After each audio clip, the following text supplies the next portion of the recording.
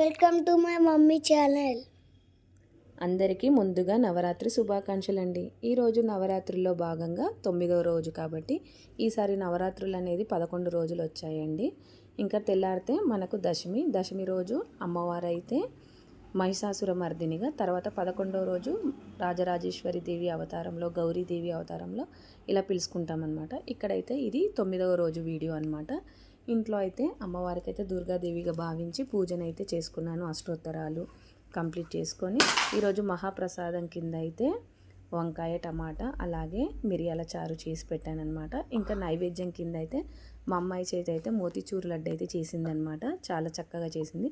ఇంకా తర్వాత అయితే ఇంకా మా వారైతే వచ్చి మనం బంగారు మైసమ్మ కాలకల్ దగ్గర ఉంటుంది కదండి, మా ఇంటికి దగ్గరలో, అక్కడికైతే వెళ్దామన్నారనమాట. ఇంకా వెళ్దామన్నారని అయితే నేనైతే ఒడిబియ్యం కూడా పోసేస్తే పని అయిపోతుంది. ఎందుకంటే ఇంకా దేవి నవరాత్రుల్లో ఇలా అమ్మవారికి ఒడిబియ్యం పోయడం అనేది కూడా మంచిగా అనిపిస్తుంది అని అయితే ఇంకా అన్నీ తెచ్చుకొని అమ్మవారికి అయితే ఒడిబియ్యం కలిపేసి ఒడిబియ్యం తీసుకొని అయితే గుడికి అయితే వెళ్ళామన్నమాట. ఇంకా వెళ్తూ ఉండగా వాన అయితే స్టార్ట్ అయిపోయిందనమాట. ఇది రేపు బతుకమ్మ ఉంది, ఈ వాన ఏం చేస్తుందో అన్న ఒక టెన్షన్ అండి.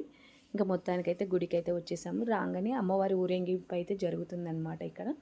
ఇంకా తర్వాత పంతులు అయితే పూజ చేయడం అయితే స్టార్ట్ చేశారు. ఇంకా తర్వాత ఇప్పుడు ఒడిబియ్యాన్ని అయితే పోద్దామని చెప్పారనమాట. ఇంకా ఇప్పుడైతే అగరబత్తులు, నూనె ఇవన్నీ కూడా తీసుకొని అన్నీ దేవుడికైతే మంచిగా పూజ చేశారని అయితే నాకైతే అనిపించింది అనమాట. ఇంకా ఒడిబియ్యంలో అయితే ఇలా కుడుకలు అన్నీ పెట్టుకోవాలండి. మనం ఎలా పోసుకుంటామో అమ్మవారికి కూడా అదే విధంగా పోయాలండి. ఇంకా ఇప్పుడైతే జాకెట్ బట్ట వేసి ఇలా ఒడిబియ్యాన్ని అయితే 5 సార్లు అయ్యవార్లే పోస్తారు. అందుకే మనం ఇంట్లోనే కలిపింది మన చేతితోని. ఇంకా అక్కడ అందరూ ఉండి పోయాలంటే లైన్ ఉంటుంది, పబ్లిక్ జామ్ అయిపోతారని గురువుగారే పోస్తారనమాట.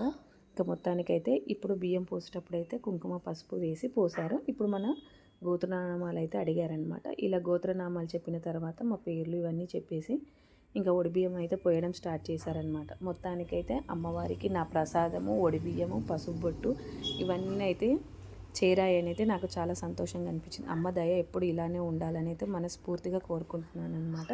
దేవి నవరాత్రులు అయితే ఇప్పటివరకు అయితే చక్కగా జరిగాయి. మళ్ళీ సంవత్సరం కూడా ఇలానే జరుపుకోవాలని మనస్ఫూర్తిగా దేవుణ్ణి అయితే కోరుకుంటున్నాను అనమాట. ఇంకా మొత్తానికైతే ఇలా అమ్మవారి దర్శనం అయ్యింది మాకైతే. ఇంకా తర్వాత కొబ్బరికాయ కొట్టి తీర్థ ప్రసాదాలు అయితే ఇచ్చారనమాట. ఇంకా ఇంటికి వచ్చేటప్పుడు అయితే కొద్దిగా వాన అయితే తగ్గింది. సో మొత్తానికైతే ఈరోజు కాలకల్ బంగారు మైసమ్మ దగ్గరికి అయితే వెళ్ళడం జరిగింది. పూజ అయితే ఇలా చేసుకున్నాను అనమాట. ఇదే ఈరోజు వీడియో. నచ్చితే ఒక లైక్ ఇవ్వండి, షేర్ చేయండి, సబ్స్క్రైబ్ చేసుకోండి. జై మాత అని చెప్పండి. అమ్మవారికి ఒక్కసారి నమస్కారం.